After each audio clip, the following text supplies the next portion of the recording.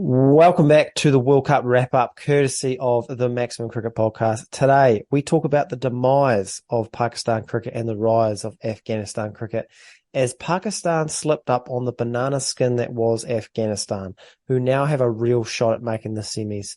South Africa have 1 foot in the semis, though, as they destroyed another bowling attack, this time Bangladesh, who are now bottom of the table because of the thrashing.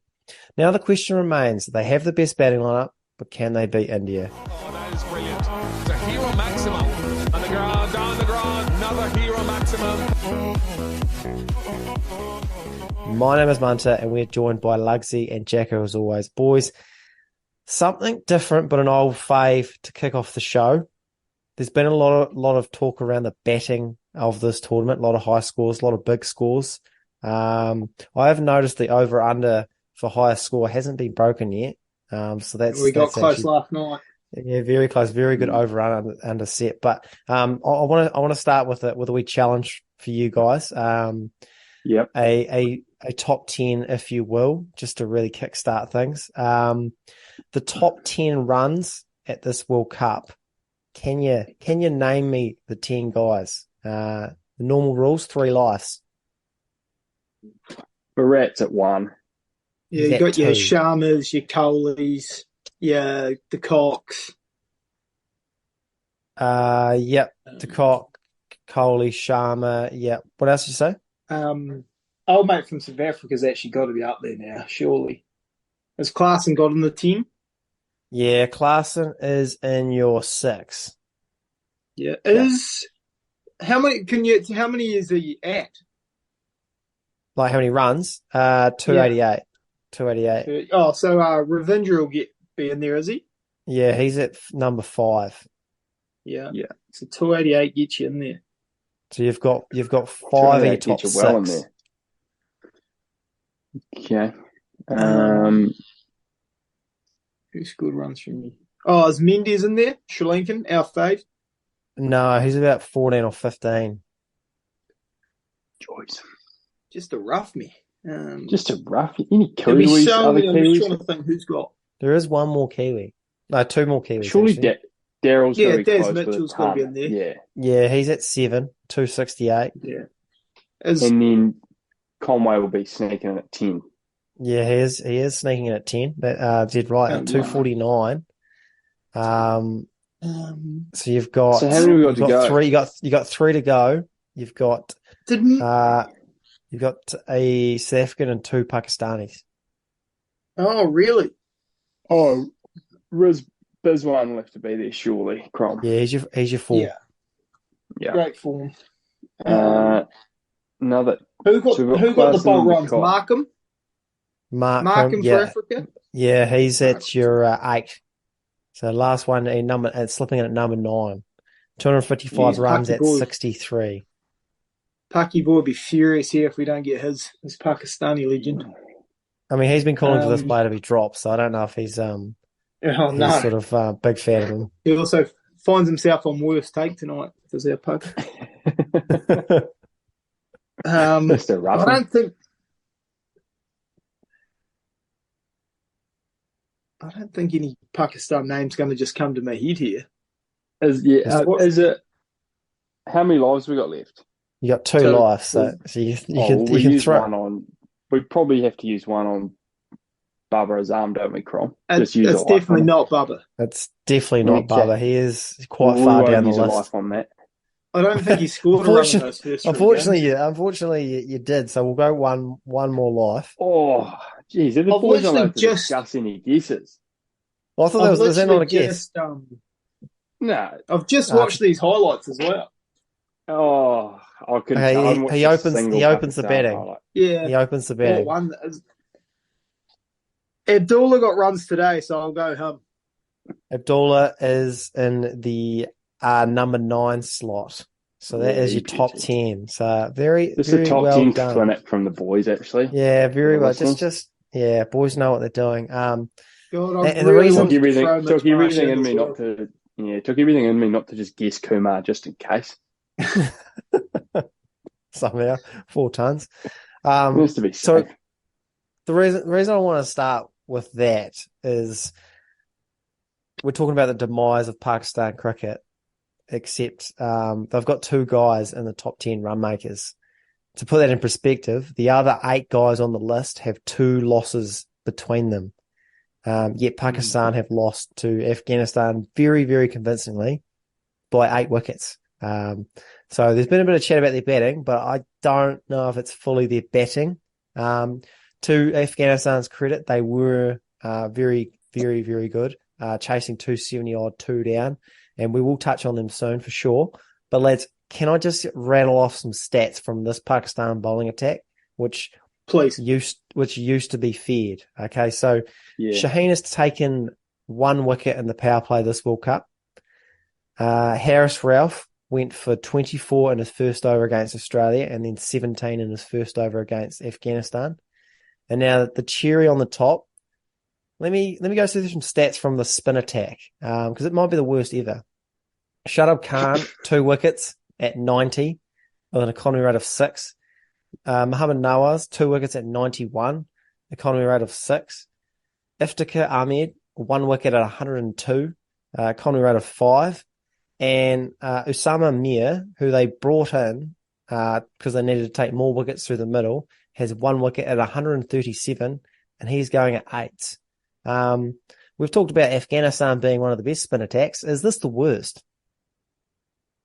Yeah, it might just be. I mean, you just said you're 200 for 3 off 30 overs from your spinners, which is just horrific at this World Cup if your quicks are going at, 10s at the top, not taking poles. So, it's sort of a recipe for disaster for Pakistan, which we're seeing. Because they got some tea leaf stuff wrong in the prediction. Because I think this is what people sort of feared South Africa might be. Some top heavy batting stuff, some bowlers maybe not quite putting it together, like not proven spinners. But yeah, it just seems like whatever happened, the 2 green and golds have got that switched around of what they were supposed to be at this World Cup. And yeah, no one told Africa they were supposed to have average spinners and be a top heavy batting order. They've suddenly got the best, like 1 through 6 batting order, and Pakistan can't buy a win. So we'll talk Africa more, but they seem to have just flipped completely from what we thought going into the tournament. Yeah, I mean, I hope we do talk Afghanistan a bit more, because that was just quite dominant from them. And yeah, just on Pakistan, I mean, that last night, dare I say, I mean, that was vintage Pakistan. That's classic what I grew up on. That's dropping catches, that's yelling at each other, that's overthrows. I mean, when they get it wrong, they just get it wrong superbly, unfortunately. And they can do it with the bat, and now they're doing it with the ball and in the field. So that's a very concerning loss. Well, what I don't understand is, like, this bowling attack was not that long ago, like, the best in the world. Like, everyone was saying, like, I know they lost Naseem Shah, who's obviously, a very big loss. And then when you replace him with Hassan Ali, it's chalk and cheese, really. But can one person really be that big a loss? I don't remember their spinners being this poor either. Like, I know it's T20 and it's one day cricket. I know it's slightly different, but not that long ago, I was thinking, like, Shadab Khan's one of the best T20 players in the world, and you're telling me he's going at, like, he's their vice captain and he's going at 90. I mean, I don't know. Is spin bowling in one day cricket that much different than T20 cricket? Yeah, I mean, I probably the only thing is guys can sit on you a bit more. So if you miss once and over, it's going for a boundary, and they can get sort of a couple of singles quite easily because the risks aren't as high.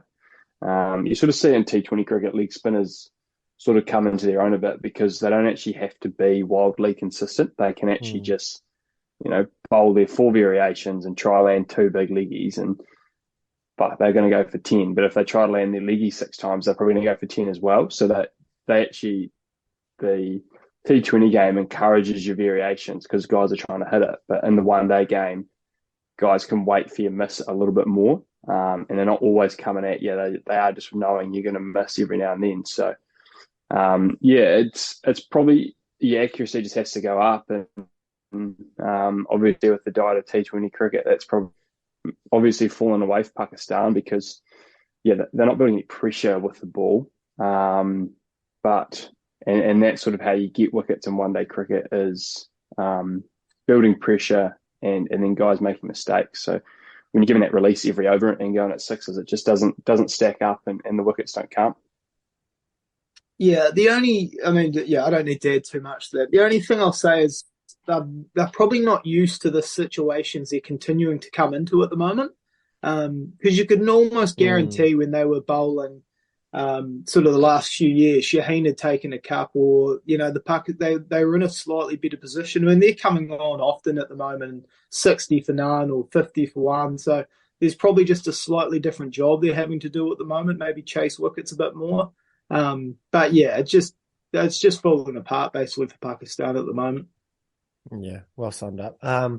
Right, should we touch on Afghanistan because, and I know one-day cricket and T20 cricket is different, but their 2 wins in this World Cup are against England and Pakistan, the 2 finalists for the T20 World Cup only last year. Like sort of similar players in both, like class players. This was a big win for Afghanistan because it wasn't one of those ones where they get a total and then they sort of squeeze, and a team kind of chokes. They thoroughly outplayed. That was very dominant chase there. Oh yeah, 100%. I mean, anything sort of 2 down in a one day is very nice. They restricted really well, and then they just got those sort of contributions from. They really just got the job done. So they sort of followed that New Zealand formula of restrict a team to this much, and that's what we know we can chase, and did it to perfection. So yeah, you got to tip your hat because they're playing some mighty cricket. No matter what Joe Root says about one-day cricket, England's too skillful to be losing those sort of games, and Afghanistan have gone in and done it, and then beaten a very good what should be a very good Pakistan side. So you've got to tip your cap. Yeah, honestly, if you didn't watch much cricket and didn't know the sides, you would not think you'd think Pakistan were the real minnow new to the scene because that was just completely professional from Afghanistan. 3 guys, I think, going under 5 and over and bowling 10 overs each. Nabio, I think, went at like 3s, the old week champion. So, and then when they come 44th out to scalp too.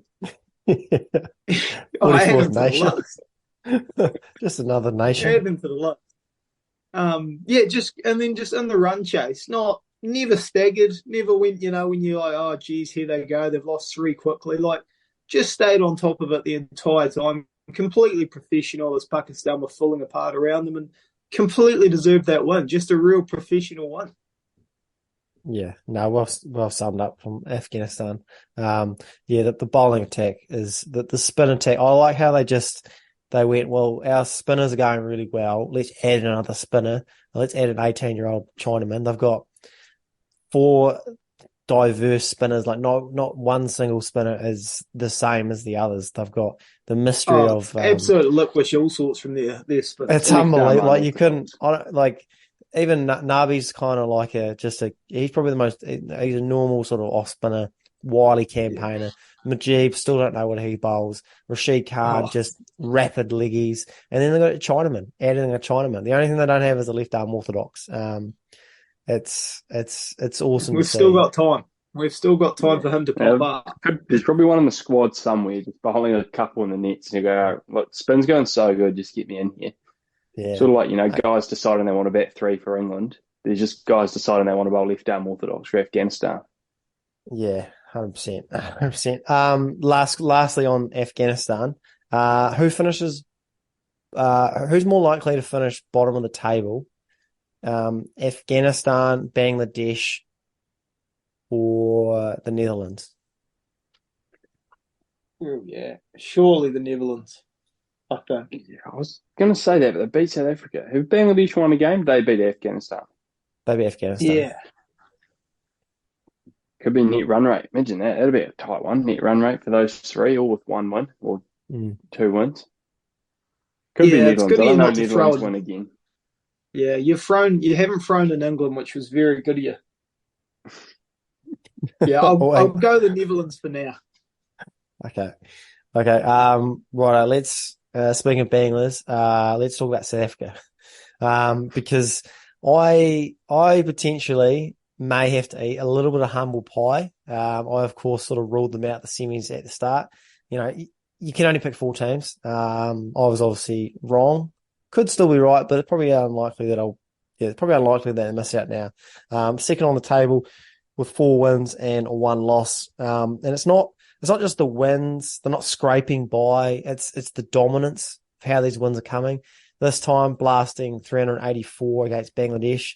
It was their 3rd highest total in this World Cup. They've only played 5 games, which is quite That's silly something. numbers. Yeah, De Kock 174 off 140 odd.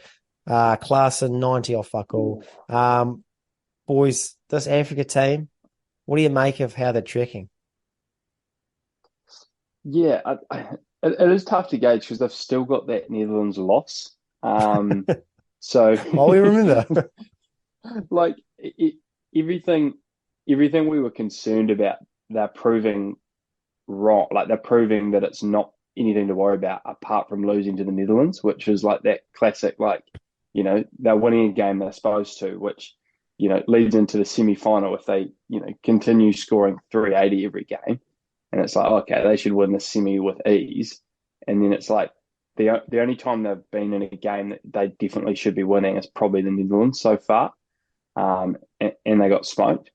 So you just know they've got that in them in the back of your mind. So it is hard to be like, okay, like we're seeing this, but this is what can happen. But yeah, in saying that, I mean, when they're on their day, like 380 and that's their 3rd highest score for the World Cup is ridiculous. Like one of the more ridiculous stats. I don't think I've ever been in a team that scored 380, let alone sort of 3 times in 5 games. So when it's going right, they're unbeatable. And I think, you know, as the title will lead you to the video, they could be the ones to tip up India because they could be the ones to, as you say, bat first and score plenty. And then their bowlers might just be good enough. Yeah, they're like a great boyfriend who's always, you know, just a really good boyfriend. But you know, once a year he just goes on a massive bender and he really doesn't talk to you for 7 days, and you're like, fuck, he's unfortunately does have that in him. Unfortunately, and you can't forget that. But I think that the thing about last night was they actually like were quite controlled for a long time. That it wasn't just smash the whole time. It was like quite a clinical performance, teed up by De Kock, obviously, and then just the hammer went down the last probably 12 overs. They must have scored, honestly, about 150 in the last 10 or something. It was ridiculous, the last overs. So they showed a bit of balance there as well, that it wasn't just smash the whole time. And it's what's looking good for them is it's a lot of guys doing that. It's like everyone in that 6 has runs. Everyone, so it's not just 1 or 2 guys. It's 4 or 5 guys doing it. Even Jansen got in on the act. So yeah, I like what they're doing. We can probably talk more about them versus India, but yeah, there's a lot of guys they've got attitudes. A lot of these South Africans, and could be their time. Yeah, let's sort of move on to the India matchup and allow me to sort of set the table a little bit because you mentioned that top 6 and how they're sort of going. Let me sort of rattle off a few stats from here. You got De Kock, who's averaging 81, striking at 115, 300s in 5 games. You got Klaassen averaging 58, striking at 150. You got Markram at 53, striking at 124. You got David Miller at averaging 46, striking at 129. Even Hendricks, who was brought in for 2 games, he's averaging 49. The worst performer from the top 6 is averaging 40. That's Van der Dusen. But he averages 70 in one-day cricket, so he's pretty good. We have talked about how India may go unbeaten, especially when they're chasing. But these are the scores that South Africa have posted batting first. 428 versus Sri Lanka, 311 versus Australia, 399 versus England, and 380 80 odd versus Bangladesh. But India, they have a very, very good bowling attack. They've obviously bowled first in all the games. Never conceded more than 300. 199 versus Australia, 272 versus Afghanistan, 191 versus Pakistan, 250 odd Bangladesh, and 270 odd for New Zealand. Against a set New Zealand, India conceded 54 runs in the last 10 overs, while South Africa have averaged over 140 runs in the last 10 overs over the last 2 games. It's the best attack versus the best top 6. I think Africa's a high ceiling, low floor side, but on their day, can Africa do the unthinkable?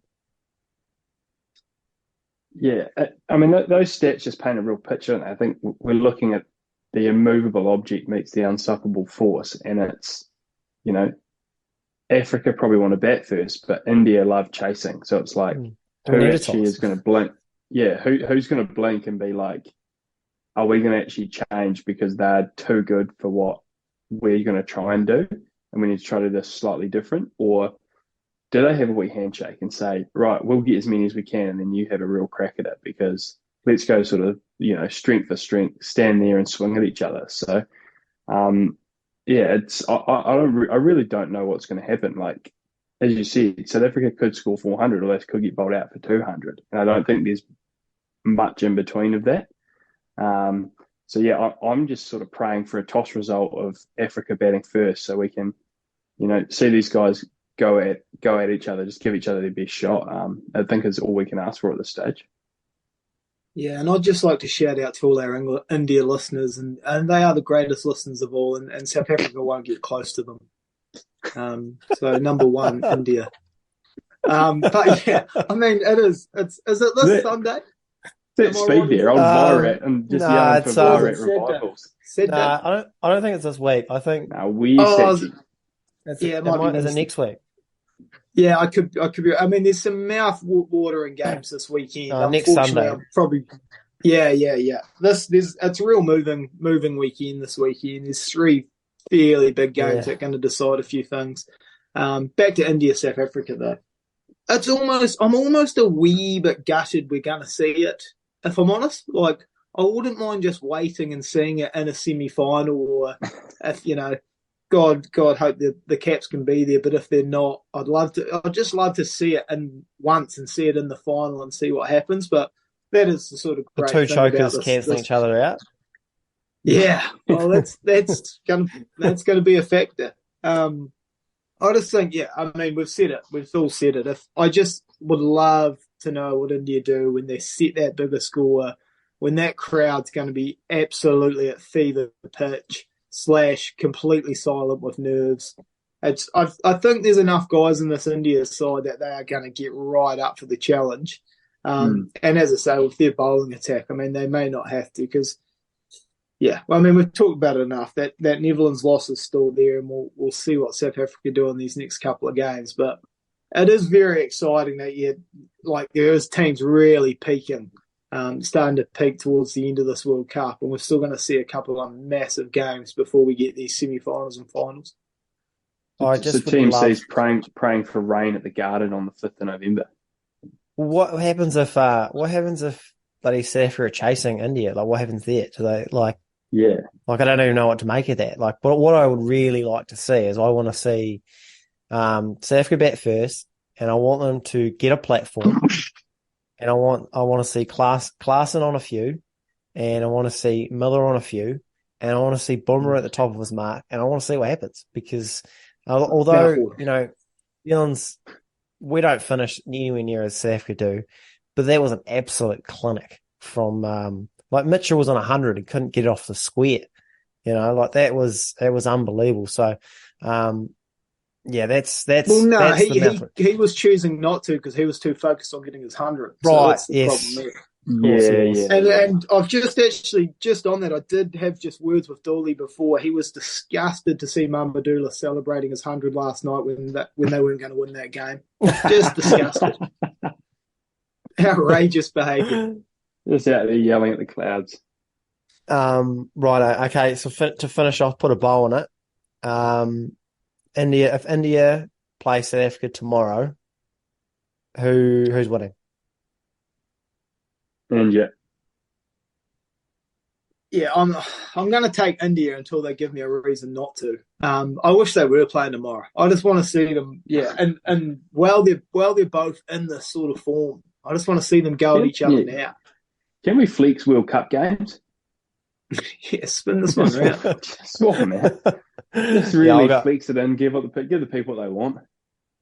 Yeah, I'll go India as well. I think the bowling will be just a little bit too much. Right, bit of worst take action. You may see all three of those on worst take going forward. So we'll just watch that space.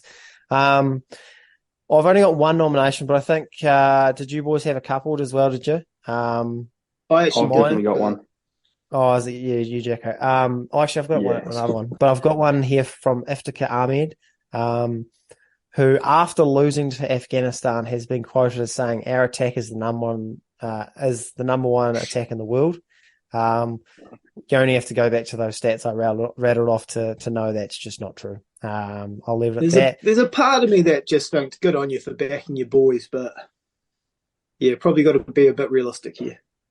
Yeah, for sure. I've got a couple from this Bazball book that's coming up. That's keep like Jonny Bairstow bringing that back up, like after Ben Stokes saying that we left it on the field, which is did you? And I've got another one here that's popped up on Facebook about 30 minutes ago. This is a good line, but this is from Alex Lees, who was batting against India, and Kohli was getting stuck into him. And apparently at the time, obviously Kohli's going through that century drought. Alex Lees has said, "I've had 2 kids since you last scored a century." Good line at the time. Don't mind it. They obviously won that game.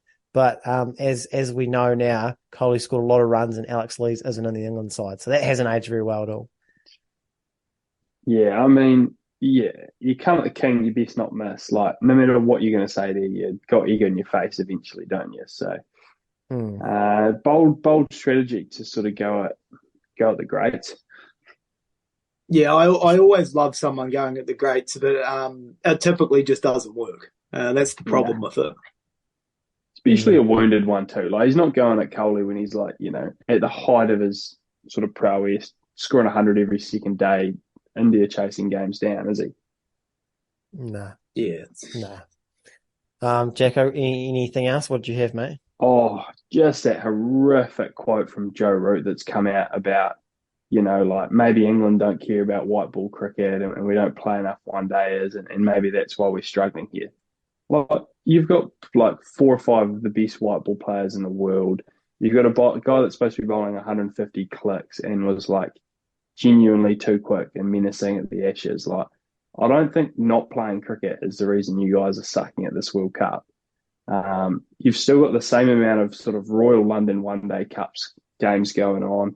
You haven't scheduled that many international games, but as we said, maybe England just forgot this World Cup was going on. But to come out and just be like, "Oh, we're doing really poorly because we didn't play enough one-day internationals," I don't think is an excuse for international players at that ability. They've had the option. They've had the option. Is he saying it? Is he, not to defend dear Joe here, but is he saying it like in a way that like he cares and this needs to change and they need to start playing more? I think he's more saying it as like is one-day cricket going away? Like, is one-day cricket on the way out because our board might see it that way? Like, isn't scheduling one-days sort of thing? Yeah, but I'll tell you what, just not heaps of one-days. Not necessarily him, but acting like you don't care is the most cowardly way out of like when you're losing something. Like that's real. I mean, it's fun to do. Don't get me wrong, but it's that annoying.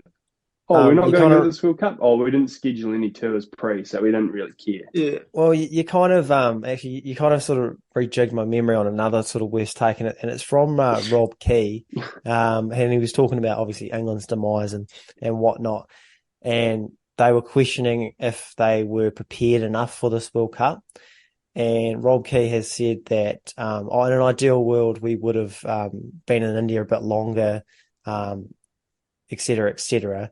But at the end of the day, the players just need to play better, et cetera. And I'm sort of like, I think being prepared is part of getting your players to play well. I think those two go hand in hand. I don't think it's like, if they play better, the preparation wouldn't matter. It's like, well, the preparation can make the players play better as well. So, I think that's like when you've got sort of multi-million-pound a year athletes and they're going, we only want to go to India for the World Cup, not an extra couple of weeks at the start. Like it's pretty easy to say, right, like someone needs to head the hard line and be like, no, you probably need to be in India playing quite a bit of cricket, so you're ready for this World Cup, because we don't play as many sort of one day as pre. So, like who's parenting here, Rob Key or the children sort of thing. So, probably look in the mirror moment a wee bit.